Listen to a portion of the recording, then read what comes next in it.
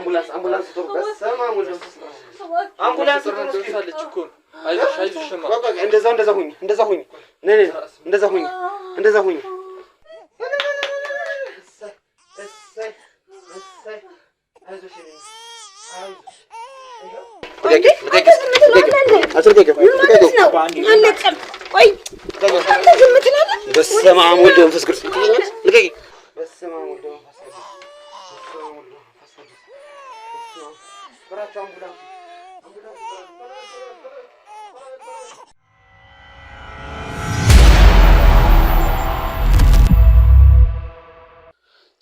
ሰላም ውድ ቤተሰቦቻችን እንግዲህ ያው የደረሰኝን ጥቆማ የሰማችሁትን ይመስል ነበር።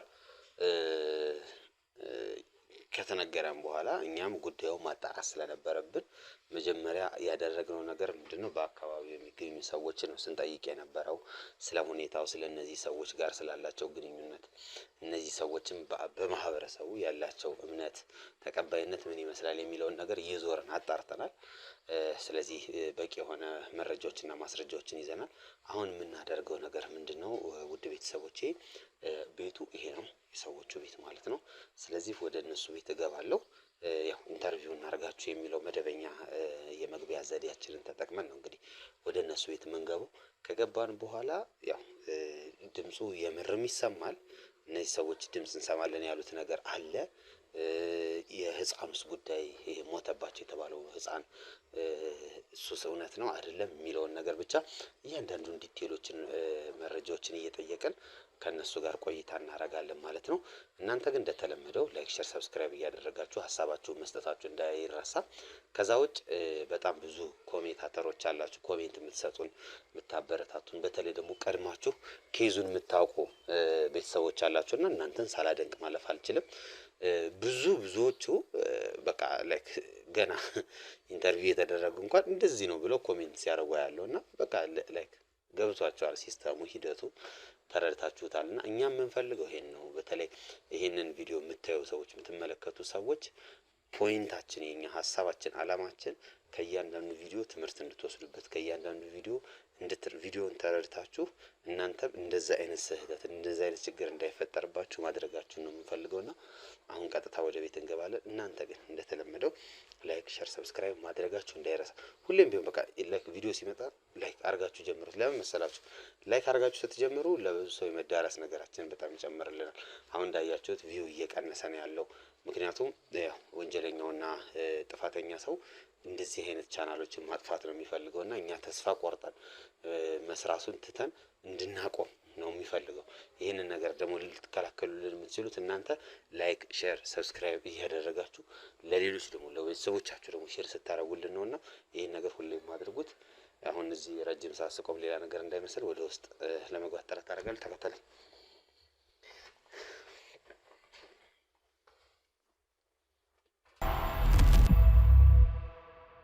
ሰላም ውድ የሲንግል ቤተሰቦች እንደምን አላችሁ? እስክንድር ነኝ። እንግዲህ እናንተ ወዳጆቼ እናንተ ቤተሰቦቼ ባላችሁኝ መሰረት ልታግዙኝ የምትፈልጉ ሰዎች ካላችሁ የምታግዙበትን አማራጭ ይዤ መጥቻለሁ። ይህ አማራጭም ደግሞ ሪል ስቴቶች ከኔ ጋር ኮንታክት አድርገው በአንተ ስም እንግዲህ ቤት ከተሸጠ ወይም ደግሞ በአንተ ስር ቤቶች ከተሸጡልን አንተን የምንጠቅምበትን እድል ይዘን መተናል ብለውኛል። 3 ሪል ስቴቶችን አናግሬያለሁ። ከነዚህ ከ3 ሪል ስቴቶቹ አንዱ ሙሉ ለሙሉ ቤቱ ያለቀ ሲሆን ሁለቱ ደግሞ ቀስ እያልን እየሰራን የምንከፍልበት ሪል ስቴት ነው። የመጀመሪያው ሜትሮ ሪል ስቴት የሚባል ሲሆን በቦሌ ቡልቡላ ይገኛል። ከቦሌ ኤርፖርት የ3 ኪሎ ሜትር ርቀት ነው ያለው። ዘመናዊ አፓርታማ ናቸው። በፍሎር አንድ ቤት ብቻ ነው የሚገኘው። ባለ 2 እና ባለ 3 መኝታ ነው ያለው ማለት ነው። ባለ 2 መኝታው በ105 ካሬ ሲገኝ በ3.7 ክፍያ እንዲሁም ደግሞ ባለ 3 መኝታው ደግሞ 123 ካሬ ላይ ያረፈ ሲሆን በ4.4 ሚሊዮን ብር ክፍያ ነው የሚገኙት። 30% ቅድመ ክፍያ በመክፈል ከ6 እስከ 1 ዓመት ባለው ጊዜ ሙሉ ለሙሉ አልቆ የሚረከቡት ቁልፎን ይዘው ቤቱ የሚገቡበት አማራጭን ያመጣው ሲሆን ሁለተኛው ደግሞ ቀስ ብለን እንክፈል ወይም ደግሞ በሂደት የሚያልቅ ያላለቀ ሪል ስቴት ነው ይሄ የመጣሁት። በመሃል ሜክሲኮ የሚገኝ አባይ ሆምስ ሲሆን ከባለ 1 መኝታ እስከ ባለ 3 መኝታ አለው። በ779 ሺህ ቅድመ ክፍያ የዚህም ቤት ባለቤትም መሆን ይችላሉ። እንዲሁም ሱቆች አሉት። ከ450 ሺህ ብር ቅድመ ክፍያ ጀምሮ ሱቆችንም ማግኘት ይችላሉ። ሶስተኛው ቴምር ሪል ስቴት ያላለቀ ቀስ እያልን የምንሰራው ሪል ስቴታችን ነው። ይህም ሪል ስቴት በመሀል ቡልጋሪያ ይገኛል። በ5 ሚሊዮን ብር ብቻ ቤቱን የግሎ ማድረግ ይችላሉ። ከባለ 1 እስከ ባለ 3 መኝታ ቤቶች አሉት። ባለ 2 6.8 ሚሊዮን፣ ባለ 3 ደግሞ በ10 ሚሊዮን ያገኙታል። ሙሉ ክፍያው የ30% ዲስካውንት አለው ማለት ነው። ወዳጆቼ ሙሉ መረጃ ማለት ከፈለጉ ደግሞ ከስር ባለው ስልክ ይደውሉ። ጥሩ መረጃ ዲቴል መረጃዎችንም እንሰጣችኋለን። ስለምትተባበሩኝ ከጎኔም ስላላችሁ በጣም አመሰግናለሁ። መልካም ጊዜ።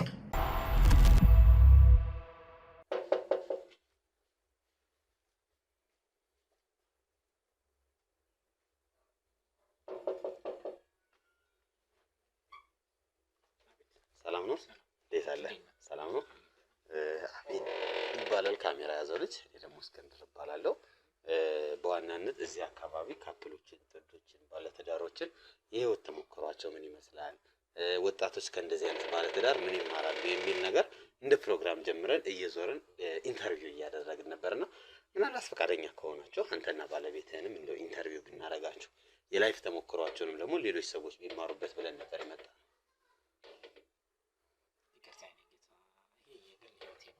አውቃለሁ።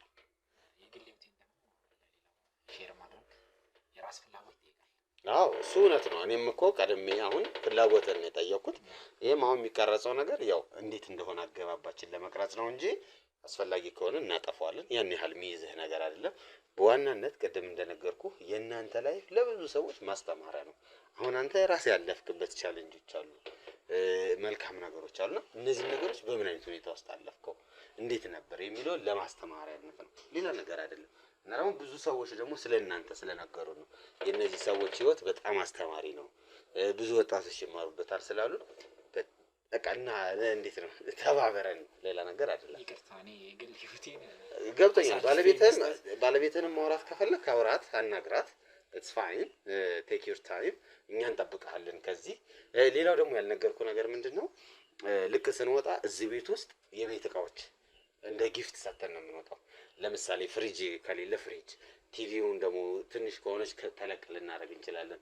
ኦቭኖችን፣ ምጣዶች፣ የተለያዩ ብቻ የቤት ሳፕላይስ እንሰጣለን። እና እስኪ ባለቤትህንም ማማክራት። አሪፍ ፕሮግራም ነው ያዛችሁት። ምን አለ መሰለህ አንድ እኔ ድርጅት የሚሰራ ልጅ አለ፣ በቅርብ ነው ያገባው። እሺ እሱ ቆንጆ ትዳር ነው የሚመራው። በጣም አሪፍ። በጣም የቤት እቃዎች ይጎሉታል እና እሱን ኢንተርቪው አድርጋችሁ ያላችሁትን ለሱ ይሰጡ አሪፍ። ለሱም እንሰጠዋለን። አንተም ደግሞ እንደውም ጊፍት ትሰጠዋለህ። ከኛ ጋር የወሰድከውን እንደ ጊፍት ወስደህ ትሰጠዋለህ። እሱ ፋይን፣ ችግር የለውም። ይኸውልህ ብዙም የግል ህይወቴን ይቅርታ ነገር ነው እና የመጣው አሁን እኛ የመጣንበት አላማው እኮ ነው። አሁን የግል ህይወት ነው አውቃለሁ፣ ግን አላማው ምንድን ነው? አይቻል አንደኛ ሰው ጋር ስትመጣ ቀጠሮ ያስፈልጋል። እኔ መዘጋጀት አለብኝ፣ ባለቤቴንም ቤቴንም ማዘጋጀት አለብኝ። እውነት ነው። ዝም ብለን የመጣው ያ ነው። አሁን ህይወታችሁን ስለፈለግን ነው። አሁን ምን መሰለህ፣ ዝግጅት ከሆነ የሆነ የተዘጋጀ ነገር፣ አሁን ግን ላይፍህን ነው እንዴት ነው የምታሳልፈው? አሁን ብዙ ጊዜ አሁን ሱፍ ለብሶ የሚውል ሰው ቤት ላይ ነው ለመጀመሪያ ጊዜ ከስራ መጥቼ አሁን ይሄ ደስ ይላል። ገብቶሃል? አዎ ሰው ባለቤትህን አማክራት፣ ንገራት። አሁን ሀሳቡን ዝም ብለህ ንገራት። እኛም እዚህ እንጠብቅሃለን። ኢትስ ፋይን። ያልኩህንም ደግሞ ስጦታውን ደግሞ ለጓደኛህም ትሰጣለህ። ጓደኛህም እናማክራት። አይሁን ላይ ግን ይሆን አይመስለኝም። ችግር የለውም፣ አናግራት። ግድ የለህም። ልቤን ጠባው እንዴ! አንተ ዛሬ ደክሞኛል ማለት ወገቤን ሁሉ ነው ያመመኝ። ገገመ እና እንዴ የተነገረበት ነገርም እኮ ቀላል አይደለም። ይሄ ሰው እኮ ቤቱ እንደምንም እንግባ እንጂ እኮ በጣም ብዙ ሚስጥር ያለው ቤት ነው ቤቱ። ሰላም እናቴ፣ እንዴት አለሽ? ሰላም ነው። እስክንድር ይባላለሁ፣ ሷቤል ይባላል። ጋዜጠኞች ነንና ባለትዳሮችን፣ ጥንዶችን ኢንተርቪው እያደረግን የህይወት ተሞክሯቸውን እየጠየቀን ስጦታ እየሰጠን እንገኛለንና ባለቤቴ ልያችኋለሁ። ባለቤቴ ልጠይቀኝ ነው። ይሄ የማይሆን ነገር ነው። ይሄ ለምን ብትል አይሆንም። ስታስበው የግል ህይወት ነው። ይሄ የግል ነገር ነው፣ የራሳችን ይሆናል። አይሆንም። ይቅርታ። አዎ ገብቶኛል። እኔም ተረድቻለሁ። ስለመጣችሁ እናመሰግናለን። የሚሆን አይደለም ወንድሜ፣ ይቅርታ። አሁን እኔ ደግሞ ምንድነው ያሰብነው መሰለሽ፣ አሁን እናንተ ሳያችሁ ወጣቶች ናቸው። ይሄ ደግሞ ብዙ አሁን እዚህ አካባቢ ያሉ ሰዎች እናንተን ሲነግሩን ነው። ወጣቶች ናቸው፣ ላይፋቸው ያስተምራል በብዙ መልኩ። ብዙ አሁን በአንቺ ምክንያት አንድ ወጣት ህይወቱ ቢስተካከል፣ በአንተ ምክንያት አንዲት ሴት ህይወቷ ቢስተካከል ምን አለ? እናንተ ያሳለፋችሁትን መንገድ ብትነግሩን ምን አለ? ሚስጥሩን አይደለም አሁን እኛ ሚስጥር ነገሩን አይደለም አሁን ላይ ለኛ ፖይንቱ ፖይንቱ አሁን የኔ ጥሩ ተረድቻለሁ። ግን ፖይንቱ አሁን የኔ ሁኔታው አንተ ሚስጥርህን ንገረኝ ወይም አንቺ ሚስጥርሽን ንገረኝ ሳይሆን በእናንተ ህይወት ውስጥ ባለፋችሁበት ህይወት የሆነ ወጣት እንዲማር አግዙ፣ እርዱን ነው። ጥሩ ነው፣ ሀሳባችሁ ጥሩ ነው። ግን በጣም አትጋፋን። ለምን ከዚህ በላይ አትጋፋን። ጥሩ ነው ሀሳባችሁ፣ ሀሳባችሁን እንደግፋለን። ግን እኛ በዚህ ነገር አሁን ሳይሆን ሌላ ጊዜ ሲሆን ስንሆን ስልክህን ተውና እንደውልሃል። ሌላ ጊዜ እንኳን እኛም ደግሞ ሌላ ስራ አለን። አሁን እውነት ልስነግርሽ ምንድን ነው ማለት ከኛ የፈለጋችሁት አሁን አሁን ለምሳሌ እንዴት ነበር የተገናኛችሁት? ላይፋችሁ ምን ይመስላል? ቻሌንጆቹም በጣም አጭር ነው። ብዙ አማራጭ ባይዘው 5-10 ደቂቃ ቢሆን ብዙ ጊዜ ደግሞ ሚዲያን ብዙ አልቀበለው። እስቲ አንተ ከምንድን ነው የመጣው? ያው መታወቂያ አለ። አንዳንድ ጊዜ ታውቃለህ ብዙ ነገሮች እንትን ይባላሉ እንደዚህ እየተባለ ብዙ ነው። ሌባም አለ እኮ ስንት ነገር አለ። እሺ ስለዚህ 5 ደቂቃ 10 ደቂቃ ነው ያን ያህል እንትን አለ። እንዴት ተገናኛችሁ? ደስ እያለኝ አይደለም? ይኸውልሽ እንዴት ተገናኛችሁ? ላይፉን እንዴት አሳልፋችሁት? ወጣቶች ስለሆናችሁ እና ይሄ ካሜራ ምናምን መደብደብ ችግር የለውም፣ ብዙም ከባድ አይደለም። ለ5 ደቂቃ እንደዚህ ተገናኘን፣ እንደዚህ አለቀ ነው፣ ሌላ ነገር የለውም። ወተትና ስለናገርከን ላንተ ክብር ስንል እሺ፣ አመሰግናለሁ። እግዚአብሔር ይስጥልኝ። እሺ አንጋ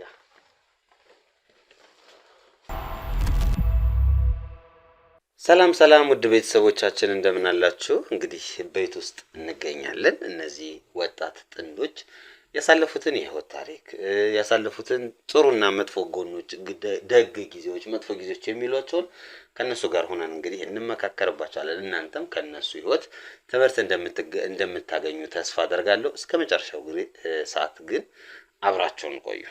እሺ ግን ከመጀመሪያ በፊት በደረቁ እንዳይሆን ወይ ሻይ ቡና ችግር ምንም ያስፈልግ ለ5 ደቂቃ በእውነት ነይ ችግር የለው 5 ደቂቃ ነው። ሌላ ጊዜ እንዳልኳችሁ በፕሮግራም ደግሞ ተገናኝተን በሰፊው ዶሮውን ምንም ተሰርቶ እንመጣለን።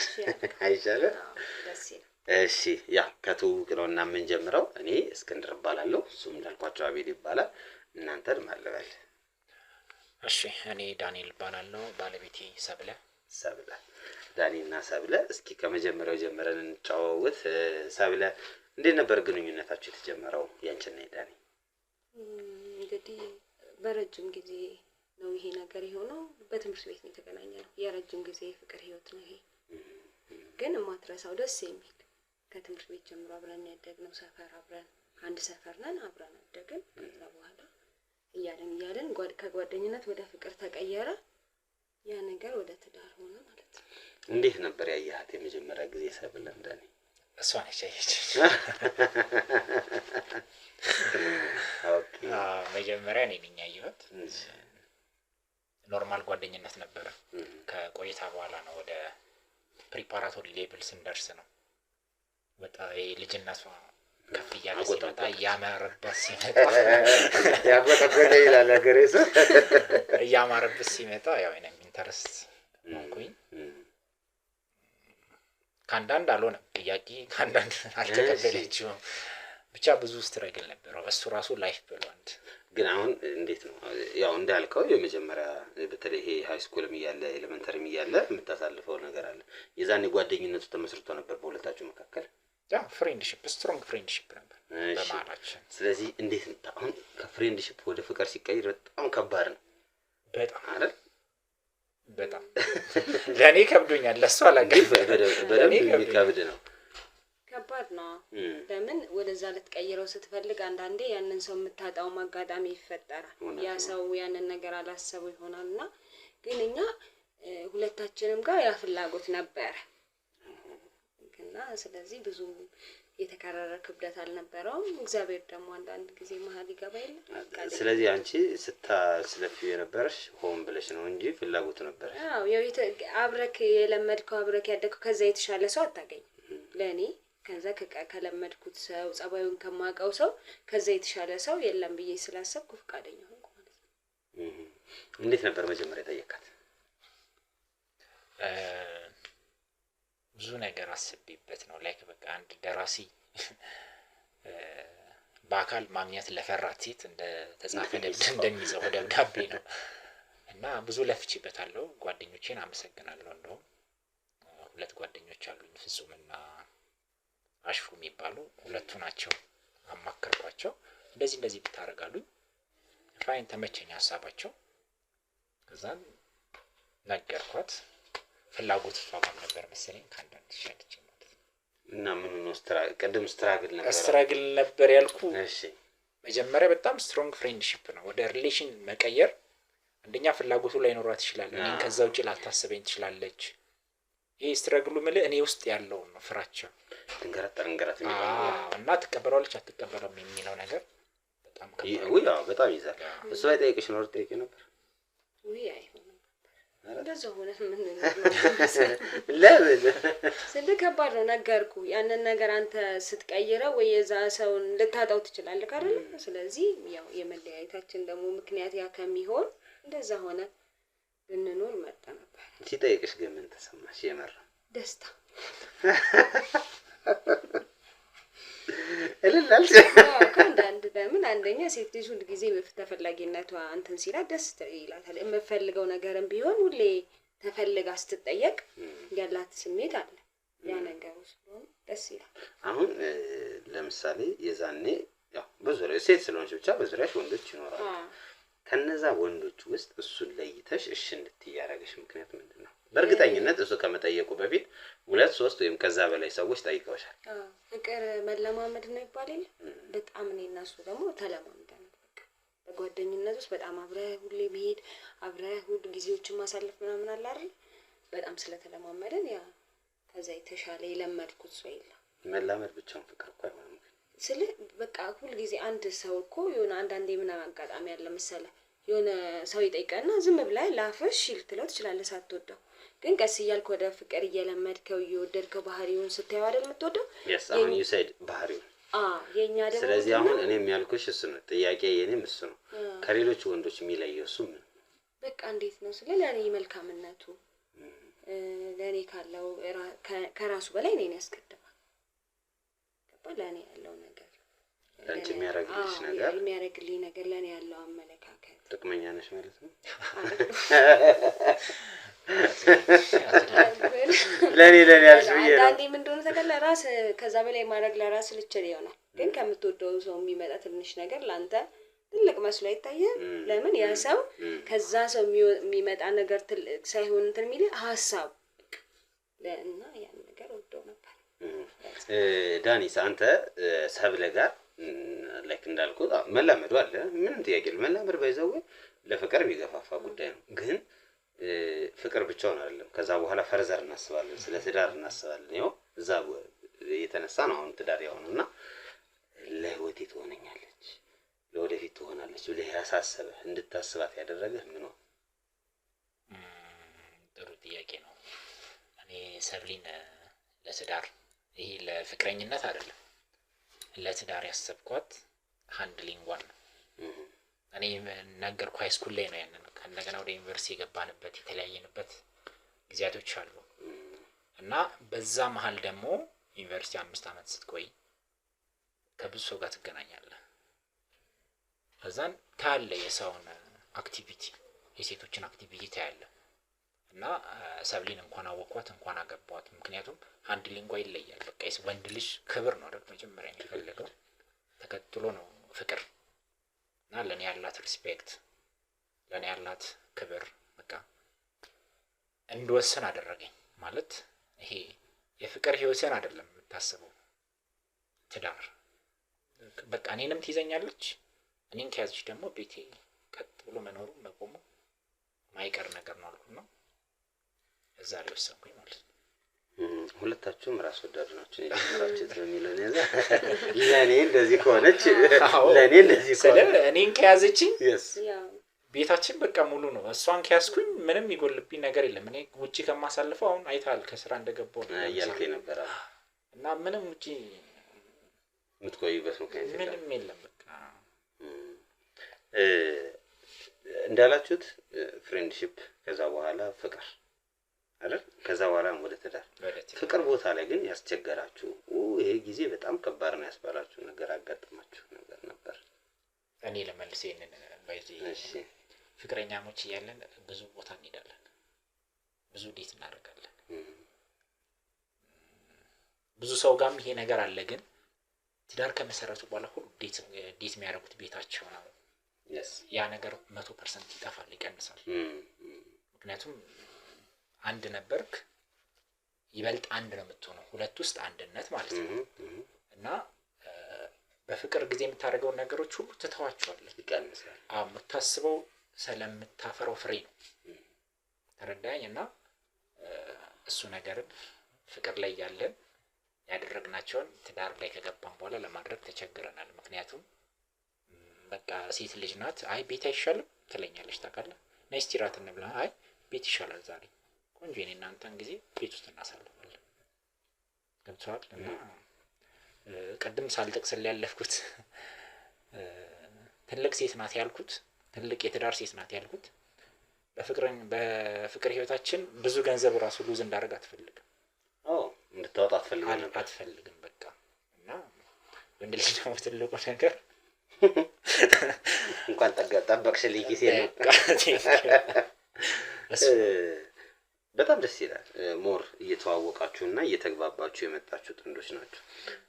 ትዳር ወደሚለው ሲገባ ለሴት ልጅ በጣም ብዙ ኃላፊነት አለበት። ያው ወንድም እንዳለ ሁሉ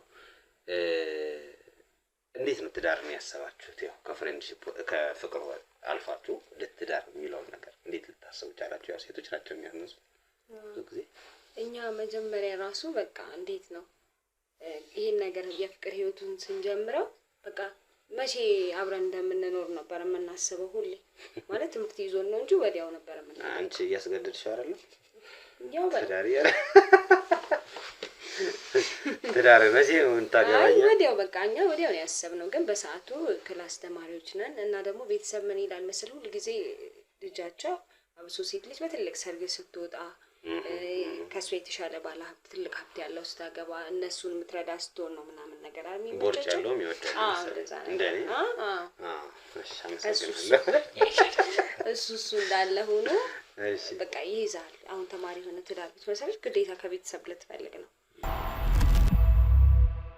ሰላም ውድ የሲንግል ቤተሰቦች እንደምን አላችሁ? እስክንድር ነኝ። እንግዲህ እናንተ ወዳጆቼ፣ እናንተ ቤተሰቦቼ ባላችሁኝ መሰረት ልታግዙኝ የምትፈልጉ ሰዎች ካላችሁ የምታግዙበትን አማራጭ ይዤ መጥቻለሁ። ይህ አማራጭም ደግሞ ሪል ስቴቶች ከኔ ጋር ኮንታክት አድርገው በአንተ ስም እንግዲህ ቤት ከተሸጠ ወይም ደግሞ በአንተ ስር ቤቶች ከተሸጡልን አንተን የምንጠቅምበትን እድል ይዘን መተናል ብለውኛል። 3 ሪል ስቴቶችን አናግሬያለሁ። ከነዚህ ከ3 ሪል ስቴቶቹ አንዱ ሙሉ ለሙሉ ቤቱ ያለቀ ሲሆን ሁለቱ ደግሞ ቀስ እያልን እየሰራን የምንከፍልበት ሪል ስቴት ነው። የመጀመሪያው ሜትሮ ሪል ስቴት የሚባል ሲሆን በቦሌ ቡልቡላ ይገኛል። ከቦሌ ኤርፖርት የ3 ኪሎ ሜትር ርቀት ነው ያለው።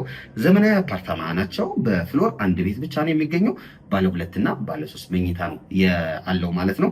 ባለ 2 መኝታው በ105 ካሬ ሲገኝ በ3.7 ክፍያ፣ እንዲሁም ደግሞ ባለ 3 መኝታው ደግሞ 123 ካሬ ላይ ያረፈ ሲሆን በ4.4 ሚሊዮን ብር ክፍያ ነው የሚገኙት። 30%ቱን ቅድመ ክፍያ በመክፈል ከ6 እስከ 1 ዓመት ባለው ጊዜ ሙሉ ለሙሉ አልቆ የሚረከቡት ቁልፎውን ይዘው ቤቱ የሚገቡበት አማራጭን ያመጣው ሲሆን፣ ሁለተኛው ደግሞ ቀስ ብለን እንክፈል ወይም ደግሞ በሂደት የሚያልቅ ያላለቀ ሪል ስቴት ነው ይሄ የመጣሁት። በመሃል ሜክሲኮ የሚገኝ አባይ ሆምስ ሲሆን ከባለ 1 መኝታ እስከ ባለ 3 መኝታ አለው። በ779 ሺህ ቅድመ ክፍያ የዚህን ቤት ባለቤትም መሆን ይችላሉ። እንዲሁም ሱቆች አሉት። ከ450 ሺህ ብር ቅድመ ክፍያ ጀምሮ ሱቆችንም ማግኘት ይችላሉ። ሶስተኛው ቴምር ሪል ስቴት ያላለቀ ቀስ እያልን የምንሰራው ሪል ስቴታችን ነው። ይህም ሪል ስቴት በመሃል ቡልጋሪያ ይገኛል። በ5 ሚሊዮን ብር ብቻ ቤቱን የግሎ ማድረግ ይችላሉ። ከባለ 1 እስከ ባለ 3 መኝታ ቤቶች አሉት። ባለ 2 6.8 ሚሊዮን፣ ባለ 3 ደግሞ በ10 ሚሊዮን ያገኙታል። ሙሉ ክፍያው የ30% ዲስካውንት አለው ማለት ነው። ወዳጆቼ ሙሉ መረጃ ማለት ከፈለጉ ደግሞ ከስር ባለው ስልክ ይደውሉ። ጥሩ መረጃ ዲቴል መረጃዎችንም እንሰጣችኋለን። ስለምትተባበሩኝ ከጎኔም ስላላችሁ በጣም አመሰግናለሁ። መልካም ጊዜ። እና እኛ በሰዓቱ ራሱ ያንን ነገር ወደ ፍቅር ስንቀይረው ወደ ትዳር እንዳንገባ የያዘን ትምህርት ነበር። ትምህርት የራሳችን ስራ ስለሌለ ገና ለቤተሰብ ላይ ስለነበረ ያችን ጊዜ ነበር የምንጠብቃት። ከዛ ተመረቅን፣ ስራ ጀመርን፣ ወዲያው ወደ ትዳር ማለት ነው። አልቆየም። እንደ ትንሽ አየሩን እንኳን አትወጥም። እንዴት ነው ኑሮ? በፍቅር ጊዜ ያጠፋ ነው። ከዩኒቨርሲቲ ብሬክ ስንመጣ ከሷ ጋር ነው የምንገናኘው። በቃ በዓላት ስንመጣ ከሷ ጋር ነው የማሳልፈው። ግን ከዩኒቨርሲቲ መልስ ስራ ካንዳ እንዳይገኝም ብዬ አስባለሁ። ነው እድለኞች ነበራቸው? እሱ በጣም እድለኛ አንቺስ? በእውቀትሽ ነው? ስለ ትንሽ ቆየሁ ታውቃለህ። አንዳንድ ጊዜ ፎቶ ግን እያየ በፎቶ እየተደሰትክ ምናምን የምትቆይበት ጊዜዎች የእኔ ነበር። አንቺ የተዝናናሽ ነበር? እኔ ማለት አትቼ ነው በፎቶች። አዎ በቃ እንደተመረኩኝ እያወቅኩ ምናምን ነገር እያሰብኩኝ እንትን እላለሁ እና በሰዓቱ እሱ ስራ ሲያገኝ በቃ እንደሚችል መኖር እንደምንችል አሳመነኝ። በቃ በዚህ ከዛ እኔ እፈልጋለሁ ስራ የሚለውን ነው። ኦኬ በእሱ እንትን ባለው እና እሱ እየሰራ ከዛ በኋላ እኔ ስራ እፈልጋለሁ፣ አሁን አብረን መኖር እንችላለን፣ ከዛ በኋላ ስራው ይመጣል የሚለውን እሱ ነው። አመንሽበት ግን እሱን አንቺ? አዎ ደሞዜ ነው ደሞዜ ነው። በቃ ጥሩ መልስ ነው። ደሞዝ ነው። እኔ ባልሰራም ያኖረኛል። ያው የምታውቀው ነው ህይወት። የፈለገ ብታገኝ በጌ ላይ አይበቃም። የሰው ልጅ እኮ ባገኘው ልክ ነው ፍላጎቱ። እኛ በሰዓቱ ፍቅርን ያስቀደምነው ከዛ መኖር እንደምንችል አብረን እንትን አለን። 1 አመት ምናምን እንደቆየን እኔም አልቆየሁም፣ አፈላለገልኝ። እሱ ጥሩ ሰዎችና ጥሩ ቦታ ያውቅ ነበር። አገኘው ስራ ጀመርኩ። ስለዚህ ባላንስ ሆነ ላይፍ። በዛ በሽ ገንዘብ ነው ልክ በጣም ናቸው ያርግላችሁ። ሰው ልጅ ለፍቶ ሰርቶ ተምሮ እዚህ ሲደርስ በጣም ደስ የሚል ነገር ነው። በቂ ለሚያኖርህ ነገር ካለክ ብዙ ይሄ ነገር ብዙም በጣም ገንዘብ ሲበዛ ኪስን ትጠብቅልሃለች። አያት ነው አባባሉ ራሱ። እኔ በሽ ብር ትላለህ፣ እሷ ደግሞ የሚያኖረን ካገኘን ትላለህ። ባላንስ ለማድረግ ነው። ገባካ? ብዙ ይቆጫት ነበር መሰለኝ እና ዴት እና ዛሬ ምን ከተጋባን አንቨርሰሪያችን አክብረና አረቢት ቀቢት አራዋከ ይቆጫት ነበር። ያን ያጠፋ ነው መሰለኝ። አይ ሳይሆን ቤት ውስጥ አንደኛ ብቻን ስትሆን ብዙ ለመተያየት ብዙ ማለት ሌላ ተቀናቃኝ የሌለበት በጣም የምትተያይበት ጊዜ አለ አይደል? ለራስህ ምትሰቃኛለሽ ማለት። አይ እንደዛ ግን እቺ ልጅ ለምንድን ነው ያየች ትላለች። አይ የምንገናኝበት ጊዜ ይሰፋል። yes ደግሞ እንደዚህ በቃ ደስ በሚል ሴሬሞኒ ስትተያይና ኖርማል እንደዚህ ስትገናኝ ያለው እንትን ስሜት እኩል አይደለም። እውነት ነው ያ ነው በማሰብ። አይ እሱ ላይ ልክ ነሽ፣ ግን ደግሞ ስለምትቀኝም ነው ምንም እኮ እመኝለት። አዎ እንዴት በምወደው ሰው በማፈቅረው ሰው የራሴ በሆነ ሰው ካልቀናው በማን ቀናል? አይደለ? ትክክል። በጣም ነው የምቀናው። በጣም ትቀናለሽ። ፖዚቲቭ በሆነ መንገድ እንዴት ነው እስኪ አስረዳኝ። ፖዚቲቭ ስለ ጤናማ ነው። ጤናማ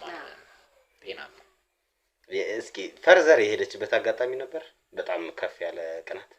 አንዴ ከቢሮ የሆነች ልጅ ደጋግማ ትደውልልኛለች እና ባልሆነ ትደውላለች። አክቹአሊ ግን ለስራ ነው እሱና ይሄ ነገር ግን አልበዛም አረሰው እሱ። ኦኬ እና ደነገጥኩ ነኝ ማለት ማስረዳት እችላለሁ። አክቹአሊ ታምነኛለችም ግን ደነገጥኩ። እንዲህ እንድታስብ ያደረጋት ምንድነው ምናምን ብዬ ቀጥታ ወደ ቢሮ ሄጄ አትደውይልኝ ካሁን በኋላ እኔ ባለትዳር ነኝ ምናምን ብዬ ለእሷ ደግሞ ማስረዳት ሌላ ነገር ኮምፕሊትሊ አቆመች ያቺ ልጅ። ስታገኝ እንዲህ ስንተላለፉላ በቃ ላይክ የማይሆን አስተያየት ነው የምታየኝና እንዴት ያስበኝ ነው ምናምን አይነት መሰለኝ። እሷም ኖርማል የደወለችው ግን ለስራ ነው። ምንም አይነት ነገር እኮ አይደለም። እና ተደጋጋሚ ስትደውል በሱ የደነገጠችበትና እንትን የተናገረችኝ አልረሳው። ትንሽ ቆይቶ አይ እሱ አንዳንዴ ምንድን ነው ስራ ያለ ነው። እኔም ለምሳሌ በስራ አካባቢ ብዙ ወንዶች አሉ። የስራ አጋጣሚ ይደወልልሃል፣ ግን ሰዓት የሚባል ነገር አለ ለሰው ልጅ አይደል? ስንት ሰዓት ነው እስኪ? ባለትዳር ሰዓት ከ2 ሰዓት በኋላ ማንኛውም ሰው ባለትዳርም ሆን ካልሆንክም ቢቻል ባይደውል እንዳትደውል እንዳታነሳ። ግን ደግሞ ላጤ ከሆነ እንኳን ቢደወልለት እሺ ችግር የለም ብለን እንያዘው። ግን ባለትዳር ቤት በጣም ነው አይደረግም። ስለዚህ ግን የስራ ጉዳይ እኮ ነው ችግር አለ። አይ የስራ ጉዳይም ቢሆን እኔ እንጃ ለኔ አይታየኝም። ቢያንስ ቴክስት ይሻላል። እንደዚህ ስራው ለምን ቴክስት ሲሆን ይታወቃል። ስታነበው ስለ ስራው ዝርዝር ይጠቅሳል። ሀሳቡን እንትን ይሻላል እንጂ እኔ በመደበኛ ይሄ ከባድ ነው። እኔ ዋናው እሱ ነው። ምንድን ይባላል ድስት ግጣም ይባላል። እና ባለፈው የሆነ ሚዲያ ላይ እያየሁት ነበር ነው። ልጅቷ በጣም ቀናተኛ ናት። ባሏ ደግሞ መሬት አይነት ሰው ነው። እና ሁሉም በራሱ ነው እንዴት ነው የሚመቸውን እሱ ነው የሚያውቀው። እና ያንቺ ደግሞ ሞር ለሱ ኮምፎርት ዞን ነው፣ ያንተ ደግሞ ለሷ ሞር ኮምፎርት ዞን ነው። ተዳረም እሱ ይመስለኛል። የዛኛው የጎደለውን ይሄኛው ይሞላል፣ ይሄኛው የጎደለውን ያኛው ይሞላል። እና የእናንተም አሪፍ ነው። ሰው ቤተሰቦቻችሁስ በእናንተ ነገር ላይ እንዴት ነው ይገባሉ? ጣልቃ ይገባሉ ወይስ ብሎክ አድርጋችሁ ትዳራችሁን የምትመሩት? ጥሩ ጥያቄ ነው የጠየቀን። ቤተሰቦቻችን ጣልቃ አይገቡብንም፣ እንደውም ደጋፊዎቻችን ናቸው። ትንሽ ለማውራት ራሱ ይከብደኛል ሳስበው ነው። መጀመሪያ ልጃችንን ከወለድን ኦልሞስት 10 ቀን ምናምን አካባቢ ላይ ነውና ባልታወቀ መንገድ ይጠፋብን እና ጠፋ ማለት ሰው ይዞት ሄዶ ነው? አይ ህይወቱ ያለፈው ለማለት ፈልጌ ነው። እና በዛ ነው ትንሽ ቤተሰብ ለቆኛ ጋር ሊገባ የቻለው እንጂ ትዳራችን ላይ ማንም ጣልቃ አይገባም።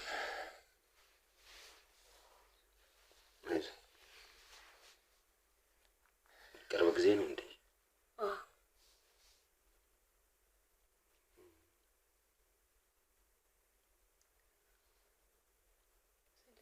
ያው 1 ወር 2 ወር ሳይሆን ትንሽ ቆይቷል። 1 8 ወር 9 ወር ግን ያው ልጅህን ከቤት ስትወጣ ሁሌ ያድሳል።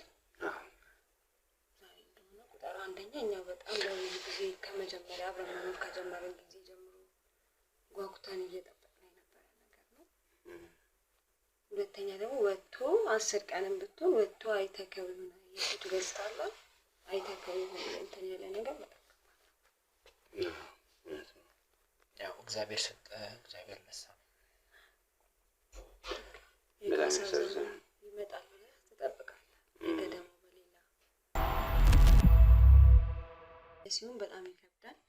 ሁለተኛ ደግሞ አንድ ህፃን ልጅ ወልደከው አጥብተከው ቢያንስ 10 ቀን ብያለሁ ቆይቷል። አቀፊው አጥብቼው ጠረኔን እንትን ብሏል። እሱ ጠረኑ እንደዛ እንዳለ ሆኖ ካጠገብ ደግሞ ያ ልጅ አልፎ እንትን ሲል በጣም ይከብዳል። ግን እሱ ደግሞ ከኔ የበለጠ በጣም ማለት ያሰበው ብዙ ነገር አስበን ነበር። እንደ ወጣት ደግሞ ብዙ ነገር እንትን ተላለቀባ እና እሱ በጣም የከፋ እንትን ውስጥ ሆነ። እኔም ግን ደግሞ መቀታ እንደ መቋቋም እየተቋቋምኩት ነው። ግን ከዛ በኋላ የበፊቱ ደስታችን የለም ተብዝዟል። ሌላ የተሻለ ዘመን እግዚአብሔር እንደሚያመጣ አምናለሁ። ድምፅ አለ ልበል የለም እዚህ ወይ ወደ ውጭ የለም። የሆነ ነገር ልነግርህ የምፈልገው በጣም ልጃችንን ማለት እኛ ከመጓጓታችን የተነሳ እኛ ወይ ቤተክርስቲያን ወይ ሌላ ቦታ እንዲያርፍ አላደረግነው። እዚህ መቃብር ቦታው የመቃብር ቦታው እዚህ ነው፣ ቤታችን ውስጥ ነው፣ ካጠገባችን እንዳለ እንዲሰማን ህፃን ቅር ካላለቅ በቃ እንዲለየኝ አልፈለኩም። ቅር ካላለቅ ማለት ቆይ ያልገባኝ ነገር እዚህ ቀብረኸው ነው? ለምን እንዴ? ሰው ማለት ልጃችን የልጅነቴ ናት፣ እሷ የልጅነቴ ናት።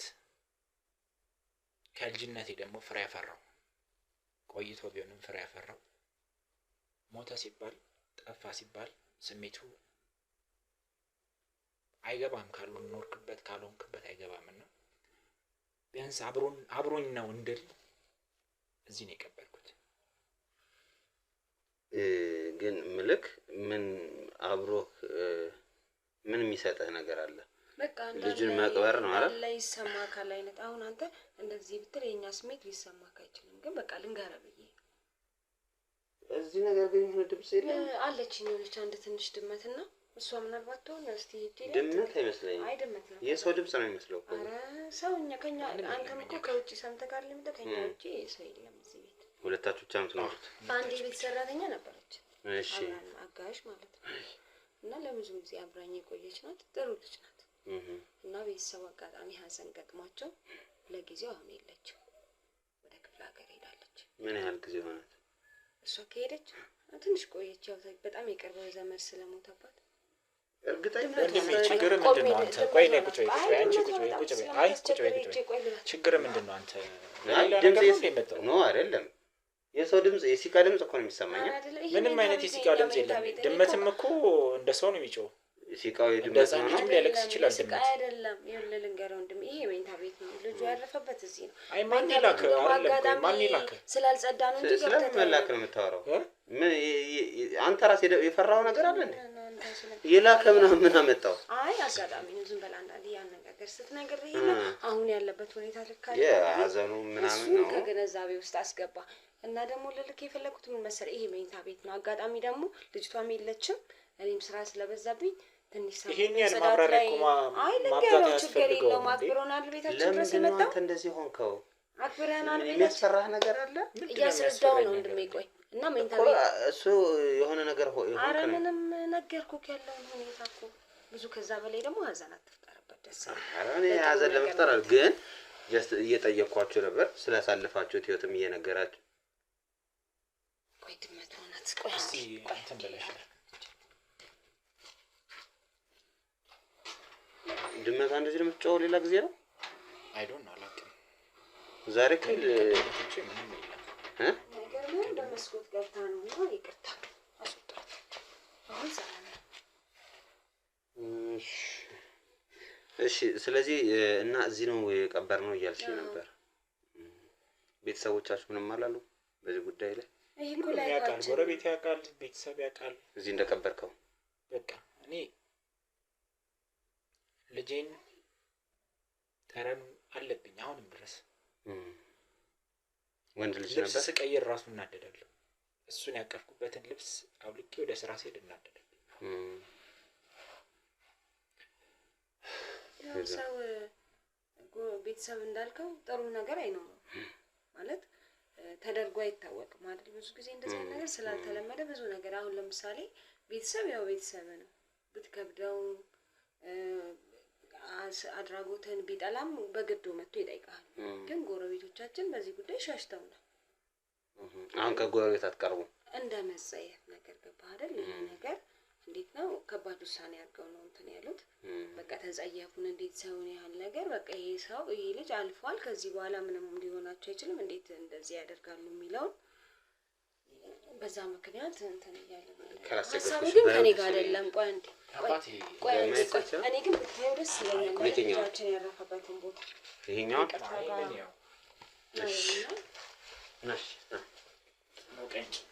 ችግር የለም። እዚህ ነው ያስቀምጣችሁት ልጅ? በስመ አብ ወወልድ ወመንፈስ ቅዱስ። እና እስኪ በየት በኩል ነው? ይሄ ነው?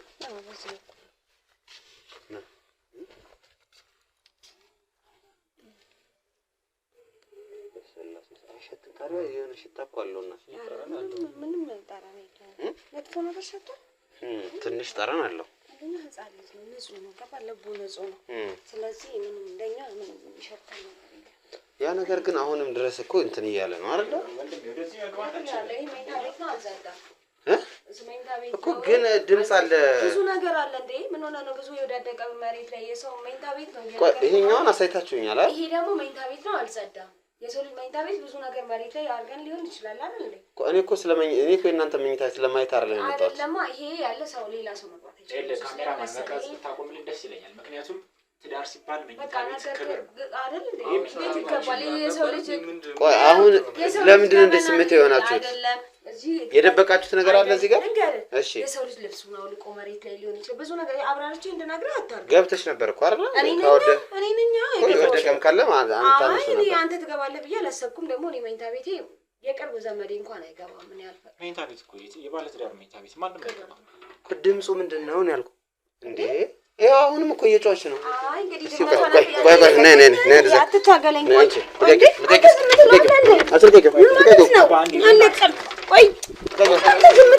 በስመ አብ ወወልድ ወመንፈስ ቅዱስ። በስመ አብ ወወልድ ወመንፈስ ቅዱስ። ምንድን ነው ያደረግሻት? በስመ አብ ወወልድ ወመንፈስ ቅዱስ። እህቴ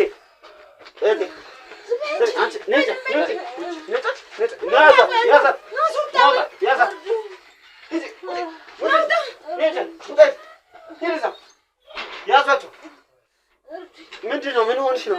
ምን ሆንሽ ነው? ምንድን ነው? ቆይ ቆይ፣ ደርሶብሽ ነው? አምቡላንስ ጥሩ። በስመ አብ ወልድ መንፈስ ቅዱስ።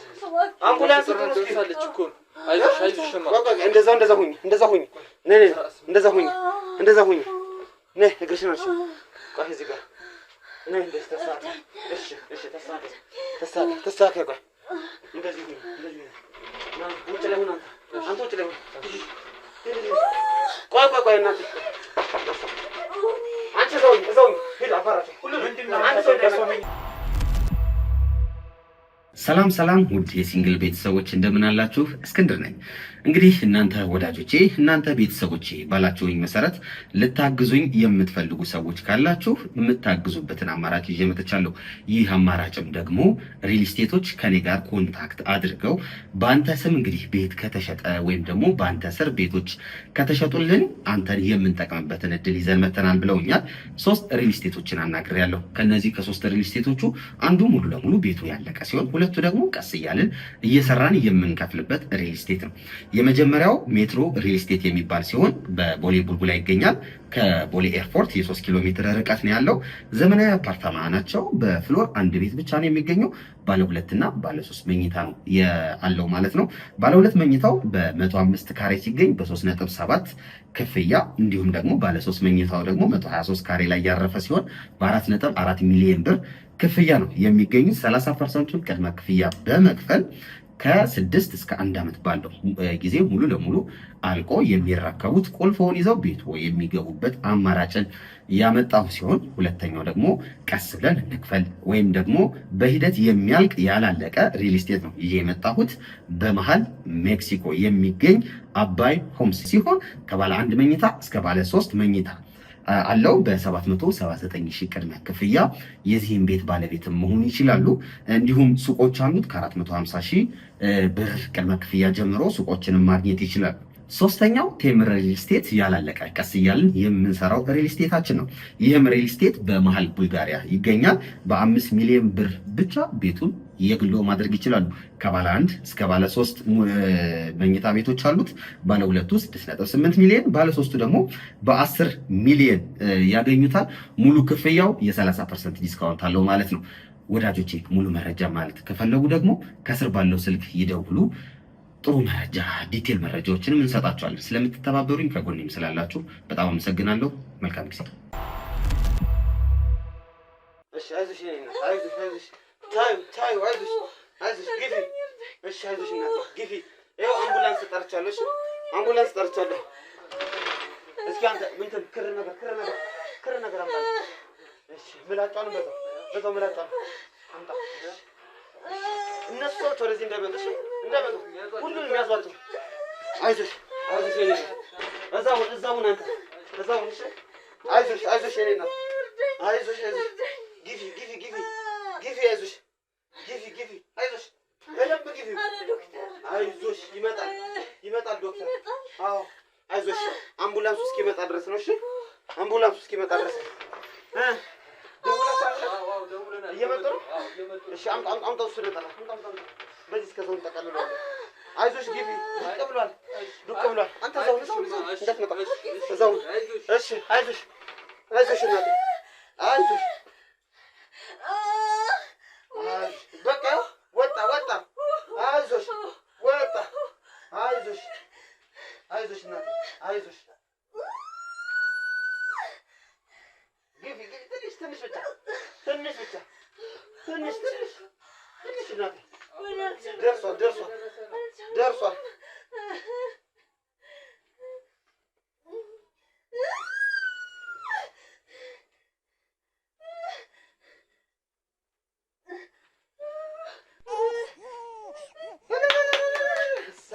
እሰይ አይዞሽ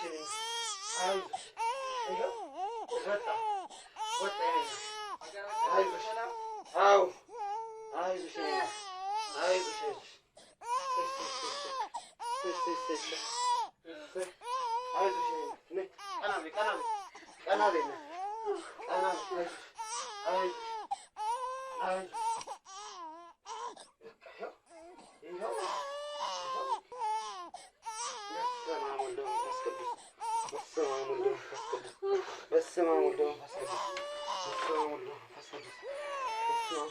በራቸው አምቡላንስ